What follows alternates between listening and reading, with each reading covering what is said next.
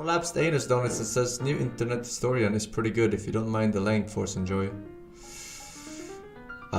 Internet historian, what is that? Oh yeah, it's the guy, the grandpa, haha, haha, grandpa, haha. It's very good. Oh really? Alright. 40 minutes. Okay. McLovestick, Google Lovecraft Cat. Okay, alright, rare peep. Peanut Donut says new internet historian video, very funny, but it's 40 minutes. Maybe watch later today. I don't know if it's epic. Just look on his channel. It's called The Coast of Concordia. Okay, you have convinced me. Alright, we'll fucking check it out. Alright. Coast of Concordia. The story of... I'm from Norway.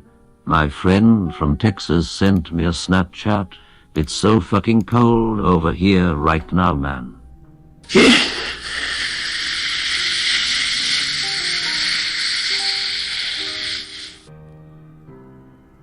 Alright, for some reason it didn't read out your second sentence. When I checked the degrees he sent in Celsius, it said 0 Celsius. 0 Celsius. I mean, that is pretty cold, honestly.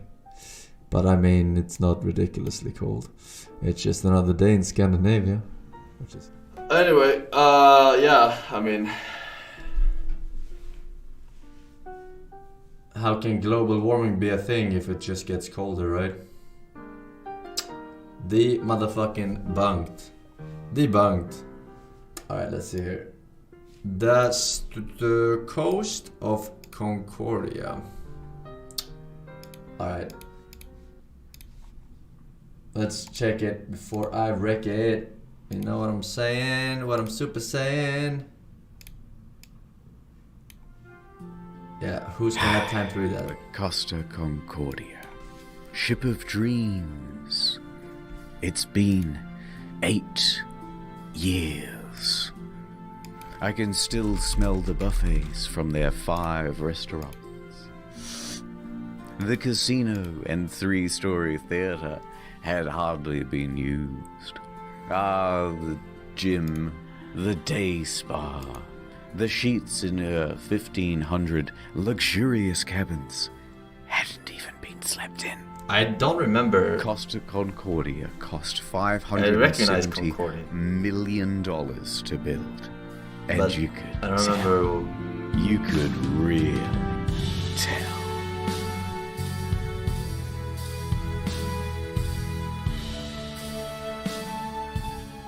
Does it look like bad quality for you, or maybe it's just original? I that's remember bad? it like it was just a few years ago. We had left Civitavecchia, a port in Rome, and we were making our way to Savona. It was day 2 of our 7-day journey. But that ship, she was cursed. Oh my god. When she premiered, the traditional bottle of champagne bounced right off the side instead of smashing. A bad omen, but I'm not the superstitious type. Nothing could go wrong on Friday the 13th Wait, really? of January 2012. Wait, really? 100th year anniversary. Is that actually true? 2012? Friday 13th? Literally the year of the apocalypse. The Titanic. On a ship that's also only safety rated for 2-compartment flooding. Especially not when you have a 5-star max level captain like Francisco Scatino. A man who mysteriously rose from head of security to the position of captain within just a couple of years. He knows exactly what to do in case of an emergency. For example, when he caused this emergency in 2008, when he crashed into a port in Sicily. And in 2010, in Warnemünde, Germany, when he was steering a different ship and came into port too fast and caused another collision. What? Wait. No, that was Photoshopped. I've got a good feeling about this. Okay, that was So let's Photoshopped. 100%. It's a beautiful evening. People are having fun on the slides, drinks at the bar. Antonio Magnotta is playing piano at the restaurant. Martin the Magician is setting up for his It's show. real. Are you stupid? Look at this He picture. rose from what to do. So let's set the scene. And came into port. This is Photoshop. Look at how this... That is fucking... What are you talking about? Too fast and caused another collision. I've got a good feeling about this. Read. Fuck. Oh, okay. Caused another collision. I mean, it's poorly... I've got a good feeling about this. It's a fucking So movie or let's whatever. see. It's a beautiful evening. People are having fun on the slides, drinks at the bar. Antonio Magnotta is playing piano at the restaurant. Martin the Magician is setting up for his show. And the ship is setting up for a little detour. It's called a sail by salute. Basically, you get real close to the shore and honk the horn. The locals hate it, but the customers love it, and it's a tradition. Scatino, the captain, comes into the dining hall with a lady, Dominica Samorton. Remember this face because you'll be seeing a lot of it later. Scatino eats his dinner with her and socializes for a little while. Then he, Dominica, and the maitre d' finish up and excuse themselves. They're heading to the bridge. It's time for that sail by salute. This time, they're going to get closer than ever. Just 1,500 feet from the island of Giglio. And how are they going to determine this distance? Well, of course, the captain is going to eyeball it. Apparently it's not an uncommon thing to do. Scatino turns to the fella steering, his helmsman, Jacob Ruslibin. First interesting tidbit. Costa Crociere has hired Jacob from Indonesia at a rock-bottom price, and he's a bit of a newbie to the job. In fact, his profession hitherto, a painter and a cleaner. It's his first time steering a massive ship, and he's very excited. What? At least, we think he is. It's hard to tell because he doesn't speak English or Italian very well at all. Off to a good start. The second-in-command orders the helmsman. I can't tell if he's 290. trolling half the time. Now, don't be confused by these numbers, they're just the degrees on a compass. At the same time, the captain whips out his cell phone and calls former captain Mario Palombo, who lives on the island. They chat about the safe distance to Giglio's shores. It's all very casual. Anyway, Mario says that the safe distance is between 0.3 and 0.4 miles from shore. The captain is going all in. This is not his first sail by salute, so he's confident in what he's doing. We're going closer than we've ever been before. Jesus. The captain's eyeballing it again. New heading of 300, he tells the helmsman. Downstairs, Martin is about to cut his assistant in half. And of course, that means that there's already a lady inside this box. She's waiting for the cue, and then she'll poke her legs out. The captain is giving more orders. Pulling gently to 310. Increase speed to 16 knots. Going this fast is going to be a fatal error. But before we talk about that, let's talk about another big problem. Language barrier. Because at this point, the captain says 325, but the helmsman relays 315. So the first officer intervenes, and he goes, no, 335, which is also wrong. And then the captain clarifies, no, 325. The helmsman confirms 325. Their poor communication has them moving my at a Atlas much streams. wider angle than they think they are. However, the captain should and would know this, except for the next problem, complacency about procedure. The standard procedure of a ship this large is for the third officer to give exact positional coordinates every time the captain gives a new directional order. But they're not doing that. 330, he says. The helmsman relays 330. The ship reaches 16 knots. The captain then turns to the second officer and instructs him to go to the left wing. That's these things here, and they basically exist so you can get a better view over the whole vessel. A few seconds pass, and then the mood starts to turn. Scatino notices white foam of waves breaking against the rocks directly in front of him in the distance. The Costa Concordia, right now, is almost 700 meters closer to the rocks than it should be. Without deviation, there is going to be a direct collision. Oh, shit! Scatino immediately commands the ship to start turning away. 335. Not enough. The captain shouts, 340. The captain yells, 350. Now, remember how I said that accelerating how long to it takes 16 to knots was a fatal error? brake. Well, that's because it's made this ship incapable of such a drastic turn. What they've got is understeer. Here's an example. The front end is not working. You're turning, and you're just going straight. You want to go over here, but you're going to end up over here. So despite the order of 350, right now the bow is still only pointing at 327. Not nearly enough to miss the rock. And oh no, shit. It's about to get worse. That language barrier again. In these critical moments where every second counts, the helmsman wrongly relays 340. The captain snaps back, 350 starboard or we end up on the rocks. The third officer goes to assist the helmsman. Now, don't get confused by the orders from here. We're changing over to rudder instructions. The captain yells, starboard 10, starboard 20, and still it's not enough. Hard to starboard. That means as hard as it'll go. But at this point, even if they clear these rocks, they need to get the rest of the ship to swing around it. So the captain yells, midship, which centers the rudder. The bow is now less than 150 meters from Skull Rock. Port 10.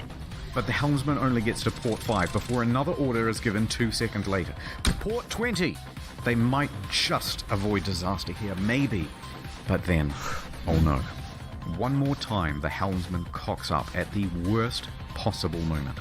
The helmsman goes to starboard instead of port, undoing the swing.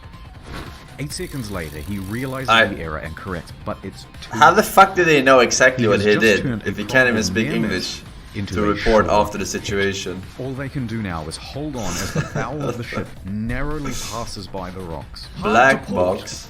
The second Oh, officer it yells, shows all "We're gonna the hit." turns and stuff. Collision. Oh, that's okay.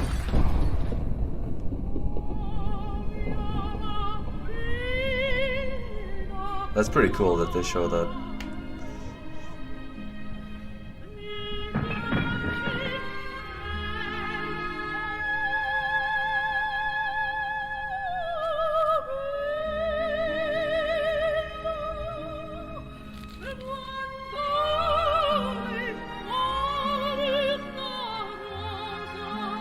Ad time. Downtown, Nordtown. Okay. It's day 56 of playing Russian roulette. Seems I never win. Gonna drink all by yourself? Somebody has to. I hear you're a man who's good at finding folks. I'm many things. I'm looking for this fella. I gots to find him. It's breaking my little heart. I'll see what I can do. I have contacts in thousands of servers in dozens of countries across the globe. And just like that, she was gone. The only thing she left was a calling card. Sometimes when you follow a case, it follows you back. NordVPN can protect my online data. But who can protect me? From myself. When they said this job gets easier, it was just another lie. Forensics I found mean, his it's fair password to watch spread the all the way ad, down right, the if block. we're watching his fucking In video. a perfect world, we'd all use NordVPN. I've seen this fucking But I shit guess 100 times this isn't now. that kind of Fucking story. weekend. I took the brakes off my car. Man like me never really learned how to stop. Fuck up. I took the steering wheel out too. I let the road take me where I'm supposed to be. That's right, Toots. Your husband's dead. Merry Christmas. Go to nordvpn.com/internethistory for a huge discount on a 2-year plan. Ad? Oh. Alright. The ship hits rocks on the port side. A 53-meter gash opens up in the hull, and thousands of tons of water begin 53 pouring. meters. A loud scraping and bang is heard by all passengers. At the helm, there's panic. Rumblings in the dining room.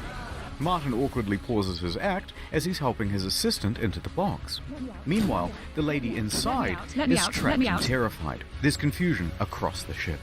All of the crew off shift come back on duty. All officers run to the bridge. Technical crews run down to the lower decks to assess damage.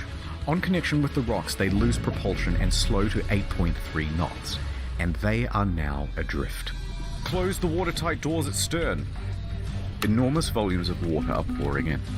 So much so that within 29 seconds of collision, all 6 engines stop working through flooding. 22 seconds later, a blackout happens.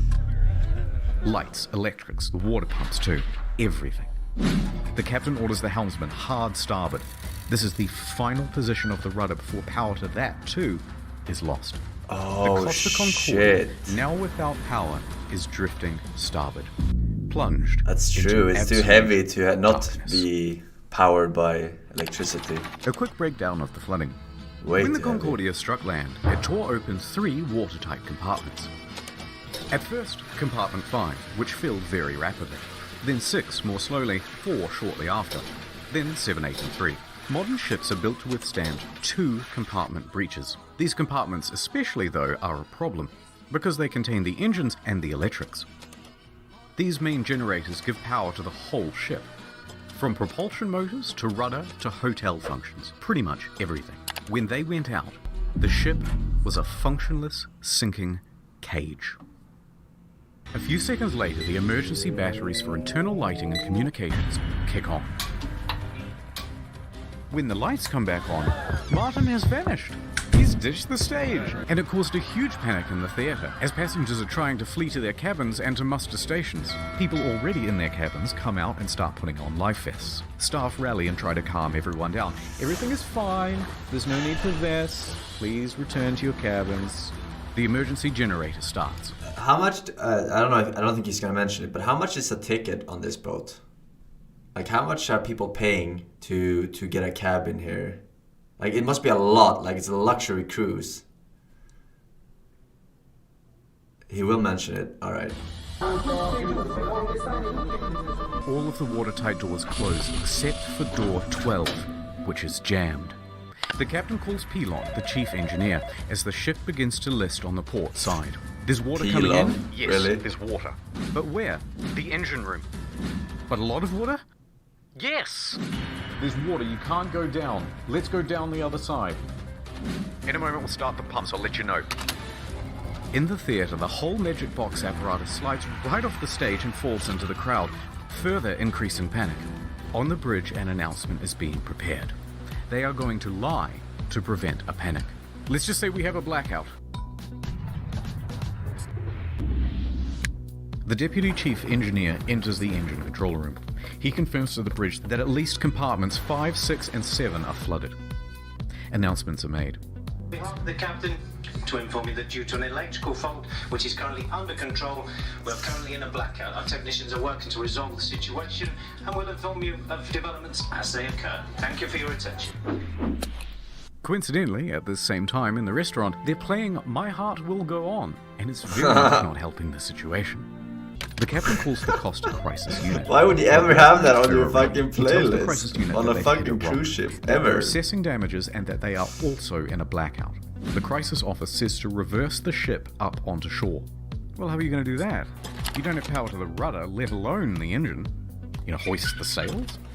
Anyway, Yeah, I around think this he's time, joking the too. wind direction creates a starboard list, and the ship begins to turn anyway, drifting right back towards the shore, which is a very good thing because you want the ship to end up as close to shore as possible. A panicked passenger senses that something is off. This isn't like any electrical problem that she's ever seen. Plus, there was a massive crashing noise and now the ship is tilting. So, she contacts her daughter in Italy. The daughter then calls the police, and the police call the harbour master. While that goes on, a conversation between Pilon and Ambrosio. The diesel is not starting. The captain asks the engine room, but where have we made contact? Thinking that the incoming water can be reduced. Captain, here everything is lost. The electrical panel, everything.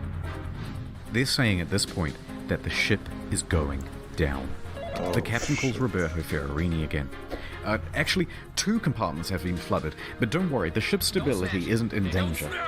Wrong. Passengers begin going to muster stations on their own initiative. The cruise director guy needs says, some "We have a copium." lot of people at muster stations that I do not want to fall overboard. Do we make an announcement to tell them to go to the lounges?" Bozio says, "I think that's best." The harbour master from Livorno calls the ship. The captain tells them that we just have a blackout. How long has this blackout been going on? About 20 minutes. Have you asked passengers to put on life vests? It's just a blackout. I gotta go. The harbour master is suspicious. He says to his superiors that he thinks something more is going on. He calls a patrol boat to the area and asks them to look at the ship. Another problem. The fan on the emergency diesel generator isn't working properly. Pilon manually has to turn the thing on and off with a screwdriver so that it doesn't overheat and cause a fire. The captain is on the phone to the lower decks, asking pointless questions, like, is it still flooded? Yes. Yes, it is. The captain is essentially in denial of the situation. The harbour master calls again. Finally, he says, the ship is taking on water through an opening in the left side and the ship is listing. He qualifies with, no one dead or injured. The harbour master asks if he needs help. Just a tugboat? When in reality, they need a full rescue. Just tow the boat? The captain finally realizes that things are really bad and they are not going to improve. The Coast Guard orders every available ship to the scene. Meanwhile, up with the passengers, the cruise director's assistant says, everything's under control. Please return to your cabins or hang about in the lounges, no problem. She said this despite knowing it was wrong and that it further endangered lives. Most passengers at this point, though, aren't listening to this nonsense, and they're busy figuring out how to abandon ship. Bang, bang, bang, bang, bang, bang, bang.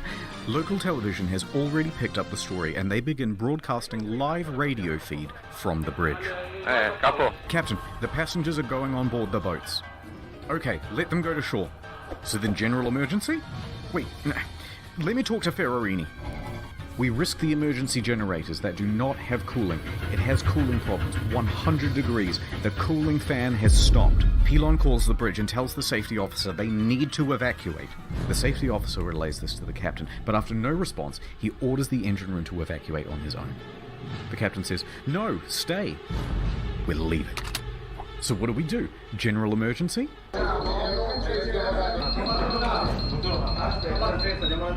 The captain tells Ferrarini that he's abandoning ship. Abandoned ship! Another announcement is made. Ladies and gentlemen, your attention please. The situation is under control. Please remain calm. But at this time, proceed to your muster station. They're located outside on deck 4. The Livorno Coast Guard calls again. The captain declares distress. Oh, The I Coast get Guard it now. officially calls for rescue This whole operations. video is a metaphor for your many craft runs. The captain is you and the ship is your slow run. At least I know when to abandon the They fucking contact run. Pietro Mille, the helicopter base commander, who then calls in every available pilot as he rushes down to the helicopter base. Pilon shuts down the emergency generator for the final time. The first rescue vessel arrives. By this point, the lifeboats are already going. Luckily, the ship is very close to shore. Oh, perhaps too close to shore. The ship forcefully runs aground, creating an uneven center of gravity, and it begins heavily listing starboard. The captain issues a general emergency on board. The announcement to abandon ship is finally called and alarms ring out, and with that comes panic. And now that they're listing, with many of the lifeboats too awkwardly positioned to enter Oh the port, my god, there aren't dude. enough readily available, and they have to start going back and forth to the shore, picking people up and dropping them off. The patrol boats report to the Livorno harbour master that the ship has run aground and is listing heavily. So the harbour master asks the captain about it, and the captain says, no, the ship is still floating. In fact, we're trying to maneuver it onto the shore. They know he's lying. Hold on, I'm reversing it. Beep, beep, beep, beep, beep. The captain then says to bottom out the starboard anchor. So they drop out the anchors, but let out too much chain, effectively rendering them useless. The deputy mayor of Giglio, Mario Pellegrini, and tobacco shop owner Giovanni Rossi arrive at the harbour. that's true, They watch actually. the scene unfold. As the first of the lifeboats That arrive is on true. shore, the deputy mayor takes the initiative and races to board one of the lifeboats, returning to the ship, and starts trying to find someone in charge. He gives up and starts helping passengers. Scatino tells everyone to leave and take radios, but not before changing out of his uniform and into a nice suit. Priorities. Dimitri Christus and Sylvia you don't want to be Veronica seen as the leave. captain, I get it. The maitre d' and Sir Morton both get out of there. By this point, approximately 300 people are still on the ship. Millet reaches the helicopter base. The first helicopter, a slow-moving Augusta Bell, was already rising from the tarmac for the hour-long flight south. Bozio is the last crew member left on the bridge, coordinating evacuation. He then leaves to help passengers board lifeboats. The bridge is now abandoned. And then, the ship's black box stops working. Apparently there were technical problems with it. That means, from here, things are going to get a little foggy in detail. A while later, sure. rescue helicopters arrive, but they're struggling to find the Fucking ship because they're Captain expecting it to Sabotage still be left. well above water. Passengers are scaling down the port side by ladder as lifeboats return to pick them up. This is no joke. Oh my goodness. It was no joke, mi amor.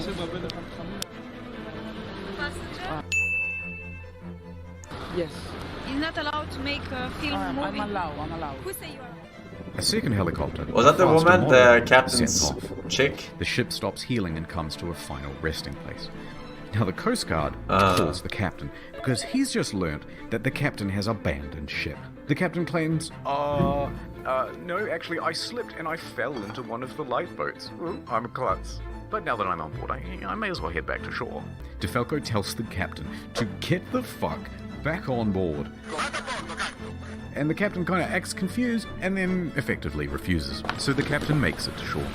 From here, we only have mainstream news reports to rely on, so it's not going to be super accurate. But they say that Giglio's police chief then finds 110 survivors on the rocks at Point Gabbianara. And among them is the captain. It's not known whether the captain helped anyone while he was there, and in fact, the police chief claimed that he just sat on the rocks and watched other people do the rescuing. A while later, a rescue boat picks up the captain and takes him to the harbour. He speaks to the police. He then finds the ship's onboard chaplain, Father Rafael Molina, and cries to him for about 15 minutes. Then he goes to the harbour master's office to receive probably the biggest dressing down of his entire life. Port authorities ask the taxi driver to take the captain back to his hotel. The captain takes the 30-second cab ride to the Bahamas hotel. According to the cabbie, he was beaten like a dog. He was cold and afraid. He only asked me where he could buy a pair of fresh socks. But then he perked right up again and gave an interview to a news crew. He told them that he was the last to leave. The captain is usually the last to abandon ship. What happened, Captain? We were the last to leave the ship. All day Saturday, rescuers search for people on the ship. On Sunday morning, a South Korean couple is found in their cabin, safe but shivering. They had slept through the crash and woke up unable to exit their cabin. The last survivor, Manrico Giampandroni, was found with a broken leg. He was the cabin's service director. In the end, 32 people died. The final body wasn't discovered until nearly 3 years later. A crew member, Russell Rebello, and it's believed that he died a hero helping passengers off the ship. The Costa Concordia was the largest cruise ship disaster since the Titanic. What year was this? And then there's the ship. 2012, right? This is what happens to a 110,000-ton cruise liner when it's left half rolled over in the ocean. Jeez. Investors not too happy.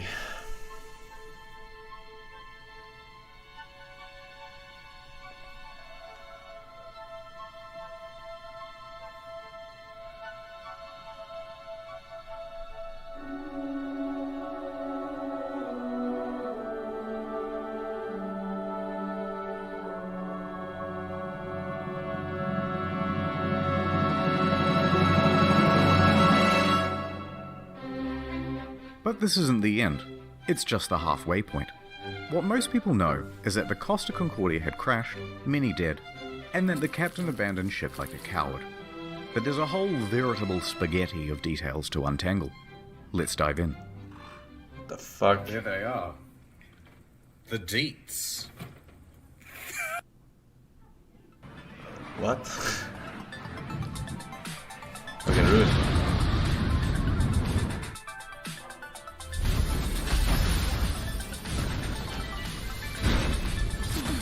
Blue box time. The Costa Concordia was more than just a floating resort. There's a mall, a casino, cha-ching, cha-ching. This iron chest was full of safes and cash registers and expensive fittings.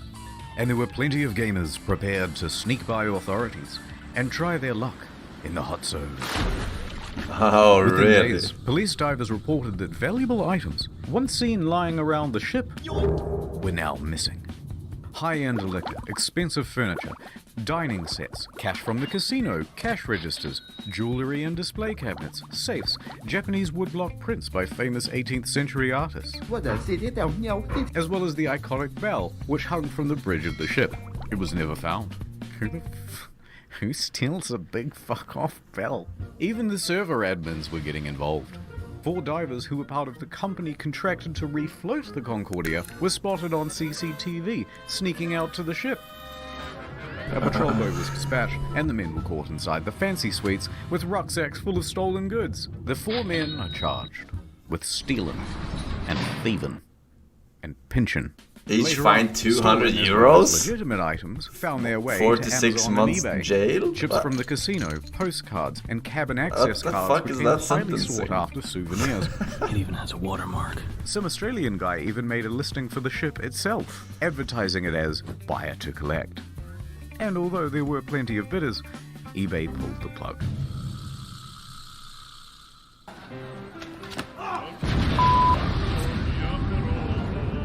Was that some Harry Potter shit? I know you want to see Scatino go to jail, and we'll get to that. But first, we have to talk about someone else. Domnica Samorton. That was a close one. There was speculation that she was on the bridge that evening because she was the captain's mistress. Intense media speculation reports that her presence distracted the captain. I was just gonna say, is that what they're gonna say? For years and maintained that they were just friends. Although she did later admit to the media that she found him handsome. And how could you not? You so fucking precious when you smile.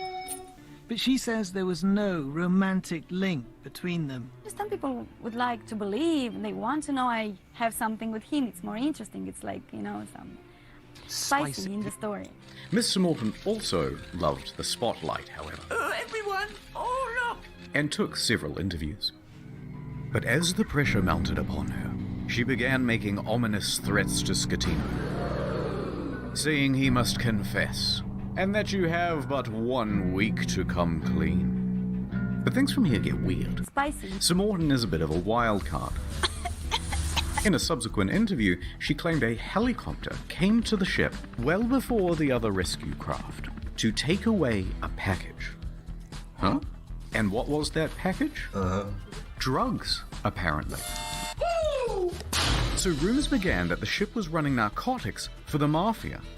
And not without cause. A number of cruise ships, even recently, have been caught trafficking drugs. As an aside, Scatino was tested for drugs immediately after the crash. He tested negative for drugs in his system, but trace amounts of cocaine were found in a hair sample. Makes it smoother and less dry. Nonetheless, the Concordia was searched and no drugs were reportedly ever found. Wait, what? How did we get here? How do you have coke in your hair but not in your system? Samorton commented on it again the next day and said, actually, that helicopter was just for the captain as a means of evacuation from the ship. Okay, wait. So she expected to get some sort of first-class rescue while everyone else was still stuck on the ship? Oh, it's long and traceable, so here? like probably before the trip or with something. The captain. Divers were quick to head to the captain's cabin where they found Miss Samorton's lingerie and other articles of clothing as well as a makeup bag. The jig was up, but they continued denying it. Samorton mostly faded from international attention until she was told to appear before the court to present witness testimony. The judge pressed her to be truthful about their relationship, or she would be held in contempt. Either tell me the truth or shut up. So finally, she admitted it. Yes, I had a sentimental relationship with the captain. Stop. But now, stop asking about my private life. She was indeed the captain's lover. What fucking is shit, up, Trouble Alert Nation? Scatino cheated on his wife with Mortan. Oh my god! She and Scatino had been having an affair for several weeks. She also said that on the night she boarded, she didn't have a ticket. Ticket, please. And didn't need to pay because nobody questions you when you're the captain's lover.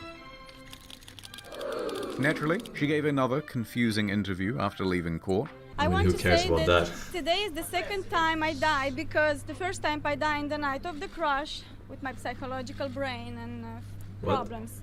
And today I died the second time because, of course, people find out something that I try to hide.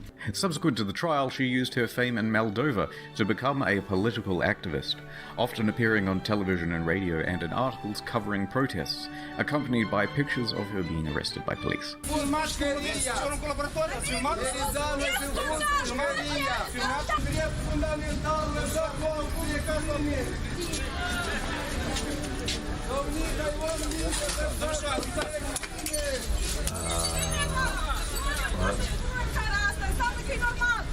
It was some stuff about victims of violence, women's rights, Girl power. yada yada yada. And interestingly, part of a push to block the sale of shares of Moldova's train network to Russia. Sure. Other than that, I don't really know what she's been up to. Let me just check on her Oh God, not again.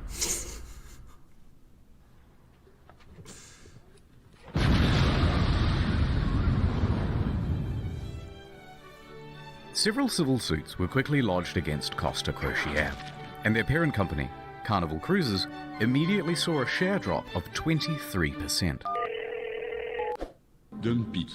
Passengers sought compensation for their damaged mental health, lost belongings, and suits were quickly lodged against Costa Crociere, and their parent company, Carnival Cruises, the parent company, alright. Immediately saw a share drop of 23%.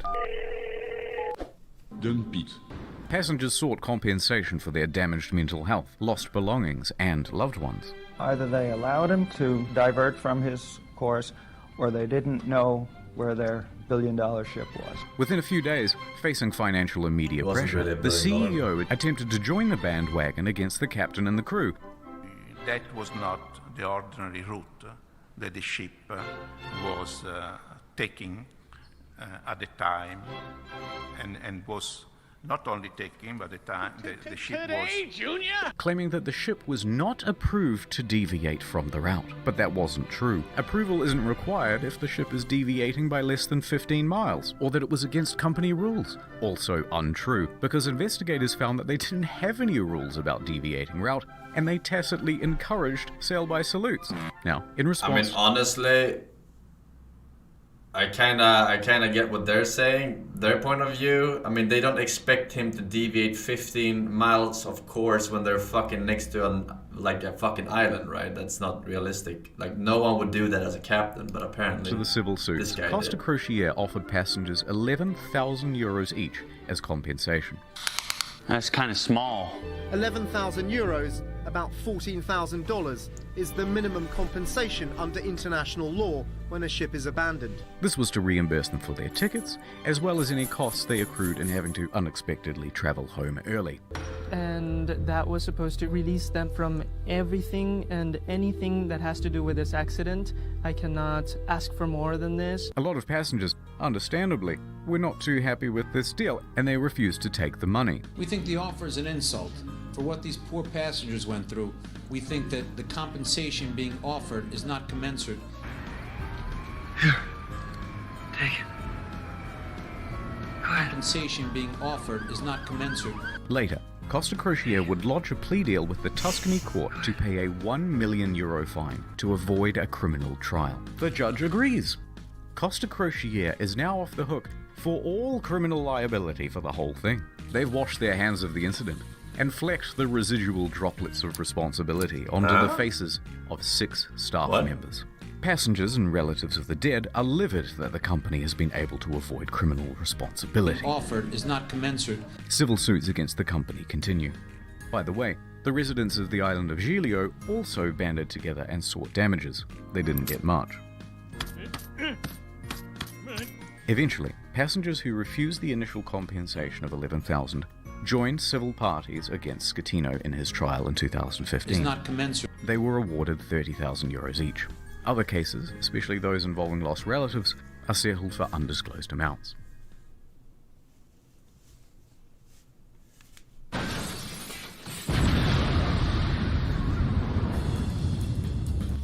New York attorney Peter Renee travelled to Budapest to represent 6 real survivors of the disaster. At Renee & Renee, we personally work on every case. And we'll work harder than anyone to get you the most money possible in the shortest amount of time.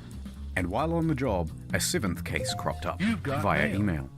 An elderly woman, a loner, said, "Help me, Mr. Ronai, for I have lost my daughter, Eva, and my 5-year-old granddaughter, Roxana." So Mr. Renai agreed to speak with her. However, there were some inconsistencies in her story. Neither Eva nor Roxana were on the passenger list. Odd, but Costa is known for having stowaways. Gotcha, bitch. Still, Mr. Renai was suspicious. Yeah, no shit. Cheaty old Petey, would they? Renai know inquired shit. further about why she was on board, especially without a ticket. Ilona said, Well, I don't know, but you should ask her boyfriend. Zolt Horvath. He'll know all the details. I'm up all night. I'm going crazy, he said. But Mr. Renai was still suspicious. Because then she asked, how much money do you think this is worth?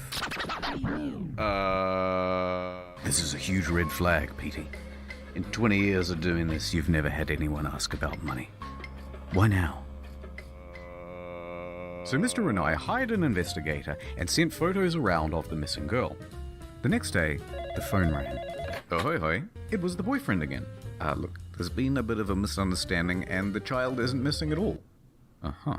And then he claimed he was confused because he had done too many drugs the night before. Oh. Okay, can I speak to the daughter then? At first, he was refused. So Renai said that he'd have to file a missing persons report to the police if he couldn't. The boyfriend relented. That night, Renai met with Zolt and brought the police with him. He speaks to the granddaughter and asks her if she's seen Mum. Yeah, I saw her today. Oh, really? Yeah, we went to the park today and we went on the swings. Oh no, the jig was up. So the mum walks into the room sheepishly. It's a miracle! And the story changed again. Okay, I'm not dead, but I did injure my leg when I jumped from the ship. And then I immediately flew back to Budapest. Although don't worry about checking my leg because there are no visible marks or injuries. Oh, Petey, I'm beginning to think they weren't even on the boat. Also, it turns out this lady isn't her mum, it's just a neighbour. Eventually, Renai managed to make the pair confess. And then they said, hey, we haven't done anything wrong. We haven't taken any money. And in the end, it looks like there'll be no criminal punishment for the scam, because Hungary, a former communist country, has no laws against insurance fraud on the books. The law firm Really? never sleeps. Call 1-800-6647. Oh, that's a bad idea. Oh, that's a very bad idea.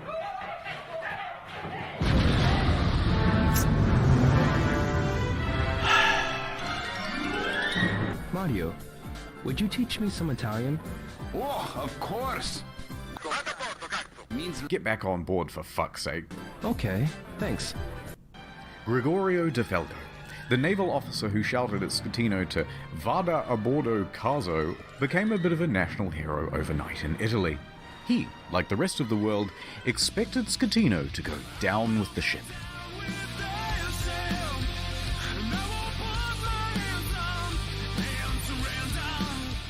And when the captain chickened out, De Falco was there to admonish him. And when he stopped answering the radio, he called him on his cell phone to continue putting him on blast. When the captain first reported just a blackout, De Falco didn't believe the story and immediately began preparing a rescue effort, which likely saved several lives. His actions were applauded by most Italians who were tired of their public servants being corrupt and avoiding responsibility. Accordingly, shirts sporting Vada a bordo caso were being printed by the end of the week, others setting it as their phone's ringtone. But then, in September 2014, without warning, De Falco was transferred to an admin role in the Coast Guard. Hear what I said? He'd been demoted. De Falco said that he had been passed up for promotion, that he had also not been told which admin office he was even being transferred Wait, what? to, Why and though? that it all effectively cancelled 10 years of his career. De Falco was tres furioso, and there was public speculation that it was owing to bad blood between himself and Admiral Delano, his former boss. His status among the public overshadowed his superior in many ways. On the other hand, his boss said, no, it's part of a normal career progression for naval officers and that he must show more maturity and professionalism to advance his career. Now, it's hard to know what's true in office politics, so let's leave that alone. And anyway, in 2018, De Falco said buenas noches, ya later, to the Italian Navy to become a politician. In March that year, he was elected to the Italian Senate, serving as a member for Livorno. He still serves there today. I'm the captain now. Alright.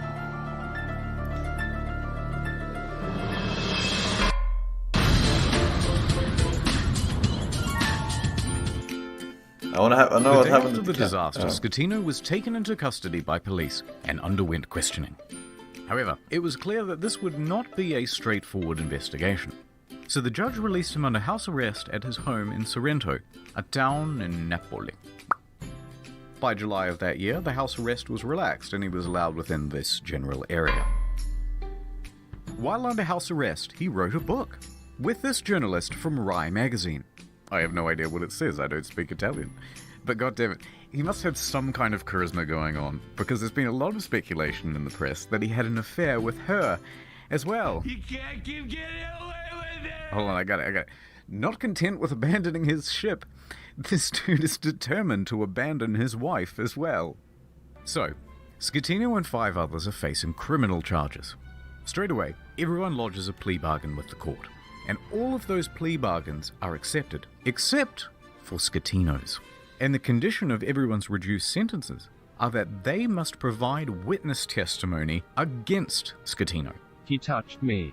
Ciro, Jacob, and Silvio were all given suspended sentences. Roberto and Manrico are able to opt for community service or house arrest. Not a bad deal. A good deal. Good deal. And that meant that Schettino was now all on his own. Ciro, the first officer, was the first to give his testimony. On the witness stand, he claimed that Schettino was distracted by his mistress and other guests on the bridge. Oh my God. That there was confusion over who was in command. Then it was Jacob's turn, and he said Lamau XD because he didn't actually bother with his testimony or his reduced sentence. He just fled the country. It took authorities 12 months to eventually track him down on the outskirts of Jakarta. And when they said, "Oi, we still want that witness testimony," he just scalped again, and he hasn't been found since. After that, Ferrarini gave his testimony, then look, we don't have time to relitigate the whole trial, so let's just go straight to the verdict. Guilty! Guilty of what? Schettino was found guilty of multiple manslaughter, causing a shipwreck, abandoning ship, and lying to authorities. He is sentenced to 16 years and 1 month in prison. Jesus. But wait, there's still the appeals. The appeals trial begins. And the verdict on the appeal? Surprise! Rejected. So Schettino's lawyers appealed again. And the verdict on the final appeal? Schettino made multiple attempts to secure a plea deal, but was denied by the prosecution each time. Yeah, the prosecution called for Schettino to be sentenced to 26 years in prison, calling the incident a Titanic affair. Oh, okay, I see what you did there. Schettino was not present. His lawyers stated that he was waiting outside of the jail for the ruling, so that if his plea was rejected, he could immediately start serving his sentence. And with that, 5 years and 4 months after the disaster, he was finally in a cell. So he's still there, yeah? I will not be making any comment. Oh, that hurt. Sometimes they release prisoners early, though. The salvage operation was enormous. It took over 2 years and cost an estimated $1.2 billion. Beginning in early 2012, Who pays they for first that? spent 2 months pumping fuel from the ship's tanks. At the same time, they had to pump seawater in so that the balance wasn't affected and the ship didn't slide around. In early 2013, a platform was built under the ship to prevent it from falling further. Sponsons were then attached to the sides of the ship and cables attached to the underwater platform. The sponsons were then dragged underwater and opened up to allow the ocean to fill them. The ship could then roll over properly. By late 2013, the ship was upright once more. The sponsons were then attached to the side of the ship to help keep it balanced. It now rested partially above water and crews could walk around safely. By July 2014, the water was removed from the sponsons and compressed air was pumped in to lift the ship. And she was ready to cruise again. This time to a port in Genoa. It was a 4-day towing journey to the docks where a 2-year process of dismantling and recycling would begin. That same weekend of the towing, Schettino was busy. He was the guest of honor at a white party on an island in the Bay of Naples. He appeared on the front page of a local newspaper, flanked by 2 of Italy's most eligible bachelorettes.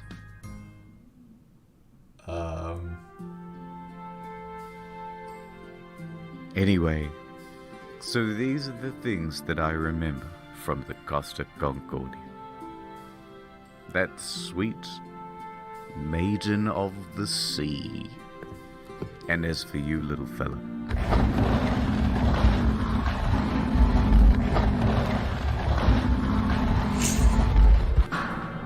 Well, it's time to return you from whence you came.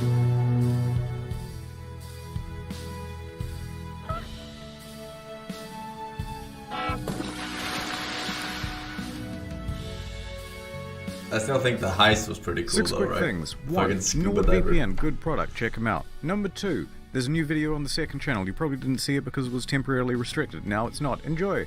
3, if you've never seen the second channel before, give it a go. It's a different type of content, but we put a lot of production into it. It's not just offcuts. 4, there are a couple secret channels as well, but I ain't telling you where they are. 5, no more 45-minute videos on the main channel. Back to 10 to 15 minutes and more of them. 6, there's a Q&A coming out next week on incognito mode. It's got a ton of detail that we had to cut for the sake of brevity, and will no doubt feature a ton of corrections as well. That's it. Thank you. That is it. Spicy. Spicy. I still feel like the heist was pretty cool. I mean, why the fuck did they only get $200 fucking fine? That doesn't make any sense. 4 to 6 months jail though. Alright, very good. Wait, is it here? I don't know if you're trolling or not, chat. Well made, sir. Well, very well made. As usual. Very good. Very good. Oh shit, in my asshole. Very nice. Forsen donuts.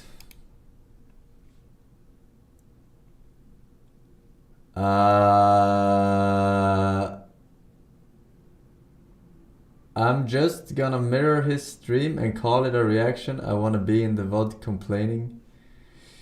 This is an excellent reaction in my opinion. He's just playing the video, no reaction, LMAO. I'm not sure if that's an actual account or not, but hey, I watch your ad. How about that?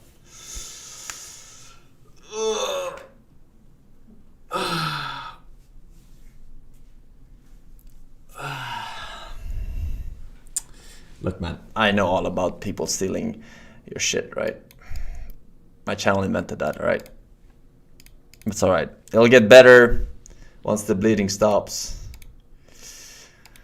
Apply lubrication is the key.